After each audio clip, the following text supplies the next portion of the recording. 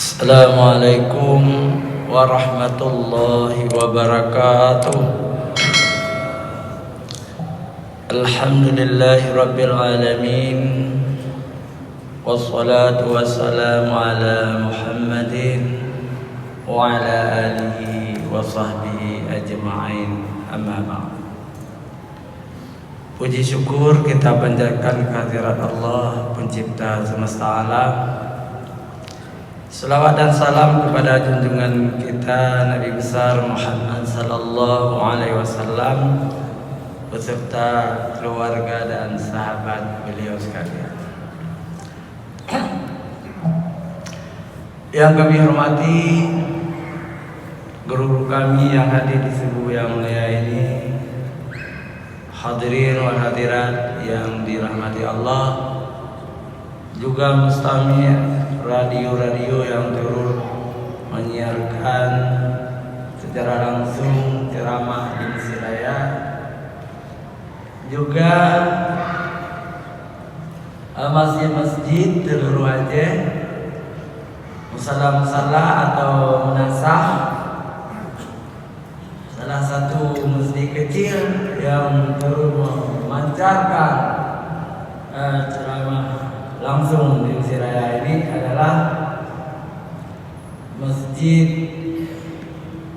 di Abdiyah,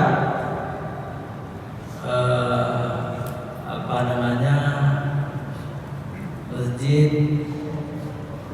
Darussalam Labuhan Haji. Itu kita terima dari Aliyah Hidayah Wali. Alhamdulillah. Hadirin wal hadirat yang dirahmati Allah, ada satu peristiwa di dalam sejarah yang tidak boleh kita lupakan. Peristiwa itu adalah Fathul Makkah, penaklukan Makkah. Sebagaimana kita ketahui, Rasulullah diusir oleh orang kafir Quraisy dari kota Mekah, tempat beliau dilahirkan, dan atas izin Allah beliau hijrah ke Madinah. Selama di Madinah, beliau selalu teringat kepada negeri tempat beliau dilahirkan. 1, 2, 3 sampai nanti 7 tahun di Madinah, beliau semakin teringat ke negeri Makkah. Jadi sahabat Rasulullah itu Malaikat Jibril memberitahukan Allah telah mengizinkan kalau Nabi Muhammad sallallahu alaihi wasallam itu menaklukkan Makkah dan insya Allah akan menang. Jadi Rasulullah sangat gembira. Itu bulan Ramadan, tanggal 8 Ramadan, gembira sekali. Lalu Rasulullah menyeru umat Islam baik di kota Madinah maupun di pedesaan supaya rame-rame kita menuju Makkah Al-Mukarramah. Lalu terkumpul manusia 10.000 orang. Di zaman itu 10.000 orang itu banyak, 10.000 orang. Maka berangkatlah, ada yang dengan kuda. Yang kuda itu dipimpin oleh Khalid bin Walid. Ada yang jalan kaki. Ini dipimpin oleh Amr bin As. Ada yang istilahnya jurusan-jurusan yang berbeda, sehingga semuanya sampai di Mekah itu tanggal 17 Ramadan tahun ke-8 Hijriah. 17 Ramadan tahun ke-8 Hijriah. Jadi orang-orang kafir itu sedang ketakutan, takut sekali, apalagi di malam hari. mereka melihat di puncak-puncak bukit itu ada obor punya bahasa Aceh suak. Obor itu dinyalakan oleh umat Islam sehingga sangat panjang. Bayangkan 10.000 orang, sangat panjang obor itu. Orang-orang kafir itu takut betul. Itu belum perang, sudah takut. Dan orang-orang yang merasa bersalah dengan Rasulullah lari ke gunung-gunung di Mekah karena mereka ketakutan. Kemudian sudah siang, lalu Rasulullah memasuki Mekah. Yang pertama, beliau meminta muadzinnya Bilal bin Rabah mengumandangkan azan di atas Ka'bah. Di atas Ka'bah, Bilal bin Rabah mengumandangkan azan yang tentu sangat indah. Setelah itu Rasulullah berpidato, "Wahai penduduk Mekah, siapa yang memasuki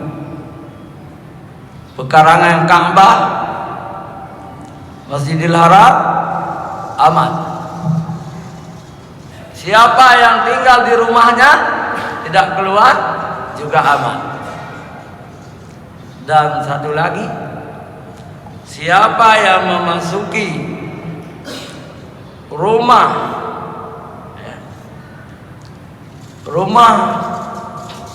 ini mertua Rasulullah, namanya beliau Abu Sufyan bin Harb, aman juga.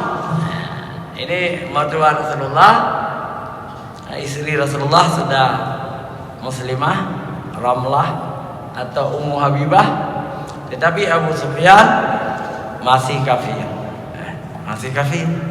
Mertua Rasulullah masih kafir, Abu Sufyan. Jadi begitulah kejadiannya. Orang berbondong-bondong masuk Masjidil Haram, Ka'bah. Orang berbondong-bondong menuju rumah Abu Sufyan. Orang tinggal di rumah. Setelah itu Rasulullah memerintahkan supaya patung-patung yang ada, itu banyak sekali patung, 360 patung di dinding Ka'bah, di dalam Ka'bah, disuruh hancurkan. Dan Rasulullah sendiri juga menghancurkannya.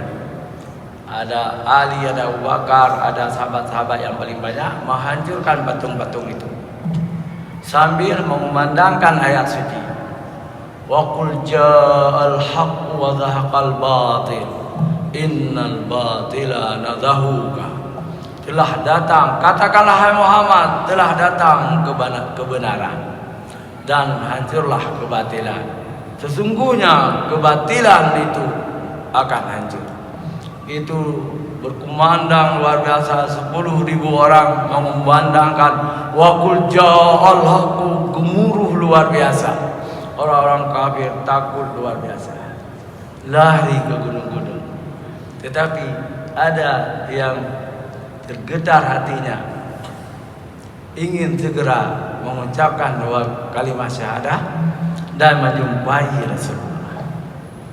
Itu luar biasa. Berduyun-duyun orang masuk Islam. Maka diabadikan oleh Allah dalam Al-Quran. Bismillahirrahmanirrahim. Qul Iza jaa nasrullahi wal fath wa ra'aitan nasa yadkhuluna fi dinillahi afwaja fasabbih bihamdi rabbika wastaghfir innahu kana tawwaba. Itu diabadikan oleh Allah dalam Al-Quran. Apabila telah datang pertolongan Allah dan kemenakan. Kamu lihatlah manusia berbondong-bondong masuk agama Allah, agama Islam, berbondong-bondong datang berbondong-bondong masuk Islam. Maka memujilah Allah, minta ampunlah kepada Allah, dan sesungguhnya Allah Maha penerima taubat. Kemudian datang orang-orang yang penting. Saya menarik memang. Orang yang penting itu siapa? Yang pertama, pamannya yang dulu Abbas itu tidak menampakkan keislamannya. Abbas bin Abdul Muttalib tidak menampakkan keislamannya. Dengan terbuka sekarang datang kepada Rasulullah, menyatakan dirinya masuk Islam bersama keluarganya. Abbas itu paman Rasulullah sallallahu alaihi wasallam. Lalu Rasulullah mengatakan kepada Abbas, "Wahai paman, engkau tokoh di Mekah ini. Ajaklah Abu Sufyan bin Harb, mertuaku," kata Rasulullah, mertua saya. "Ajaklah supaya dia masuk Islam." Abbas bin Abdul Muttalib datang menjumpai Abu Sufyan. Abu Sufyan diberi hidayah oleh Allah, datang kepada Rasulullah dan masuk Islam. Kemudian datang Wahsy. Siapa itu Wahsy? Wahsy yang membunuh Hamzah bin Abdul Muttalib dalam perang Uhud, membelah dada Hamzah, diambil jantung Hamzah, diberikan kepada yang menyuruh, Hindun. Itu istri Abu Sufyan. Datang Wahsy. Rasulullah tidak bisa melihat Wahsy. Rasulullah menunduk. Begitu bencinya karena membunuh pamannya. Rasulullah tidak melihat. Kalau yang lain senang, alhamdulillah kamu sudah masuk Islam, alhamdulillah, dipeluk-peluk oleh Rasulullah. Alhamdulillah. Wahsy, "Ya Rasulullah, asyhadu an la ilaha illallah wa asyhadu anna Muhammadar Rasulullah." Kata Wahsy, "Baiklah, semoga engkau berislam yang baik. Semoga Allah mengampuni dosamu," kata Wahsy. Dan ternyata kemudian Wahsy memeluk Islam dengan baik, beriman dan bertakwa kepada Allah. Nanti dia syahid. Kemudian Rasulullah mengatakan Wahsy itu masuk surga. Tapi yang luar biasa lagi, sebelum syahid dia sampai kata-kata, "Ya Allah, ampunilah dosaku. Aku telah membunuh manusia terbaik, Hamzah bin Abu Thalib. Ampunilah dosaku. Tetapi hari ini aku telah membunuh manusia terburuk, Nabi palsu Musalamah kadzdzab." Itu Wahsy. Dan kemudian datang lagi orang-orang yang sangat menentang Rasulullah. Salah satu itulah Hindun. Istri Abu Sufyan. "Ya Rasulullah, apakah Allah mengampuni dosaku? Karena aku yang memakan jantung Hamzah. Jantung Hamzah bin Abdul Muttalib aku makan, aku hisap darahnya karena aku sangat membencinya." Kata Rasulullah, "Apakah engkau pernah membunuh anak-anak perempuan yang baru lahir?" "Ada, Rasulullah. Aku membunuh anak hidup-hidup." "Apakah engkau pernah berzina?" "Pernah, ya Rasulullah." "Apakah engkau menyatakan tidak mengulangi lagi?" "Betul, ya Rasulullah. Aku bertobat, ya Rasulullah." "Kalau begitu, engkau diterima Islam. Bertobatlah." Itu untuk Hindu, kata Rasulullah. Untuk Hindu yang memakan jantung Hamzah. Dan banyak lagi. Ada yang sudah diinstruksikan oleh Rasulullah bunuhlah Ikrimah bin Abu Jahal, bunuhlah dia. Tapi istrinya sudah masuk Islam. Jadi Ikrimah lari ke Yaman, kemudian naik perahu menuju Ethiopia menyelamatkan diri. Di tengah laut terjadi badai gelombang yang sangat besar. Dia berdoa kepada Allah, ya Allah, selamatkanlah aku dari gelombang besar. Aku kembali ke Makkah. Aku mau masuk Islam. Itu Ikrimah bin Abu Jahal, anak Abu Jahal.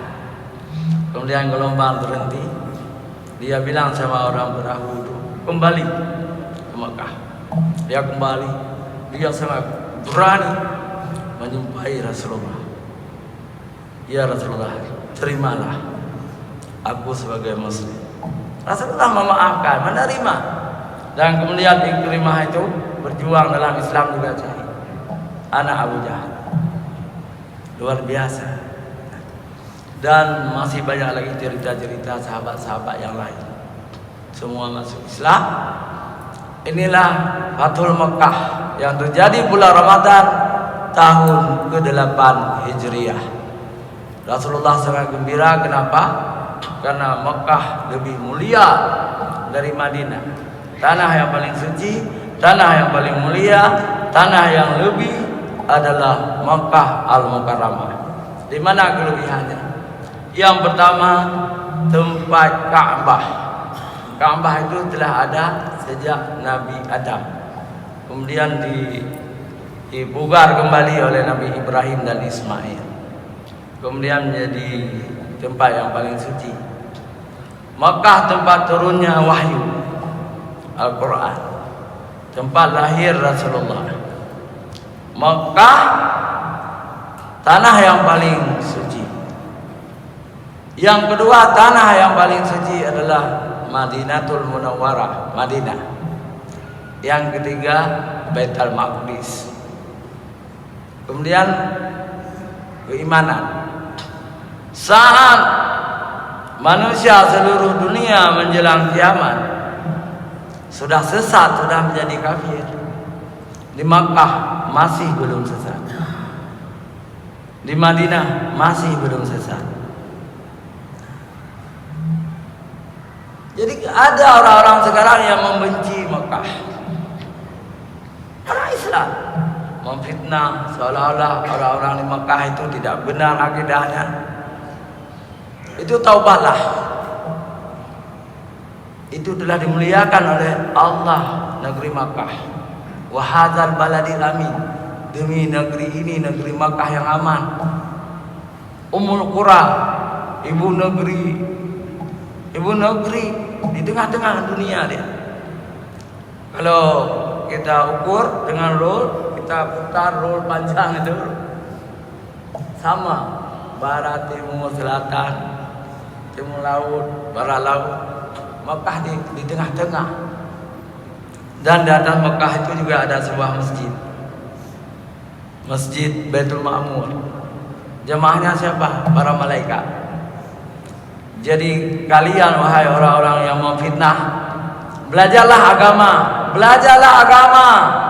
Jangan jadi orang-orang bodoh, orang jahil, memfitnah negeri Makkah, tempat turun wahyu, tempat Rasulullah dilahirkan, tempat Ka'bah kami, Qiblah kami. Kalian tidak punya ilmu, suka memfitnah. Tidak takut neraka? Kalau takut neraka, bertobatlah wahai orang-orang jahil. Jangan kamu fitnah Makkah.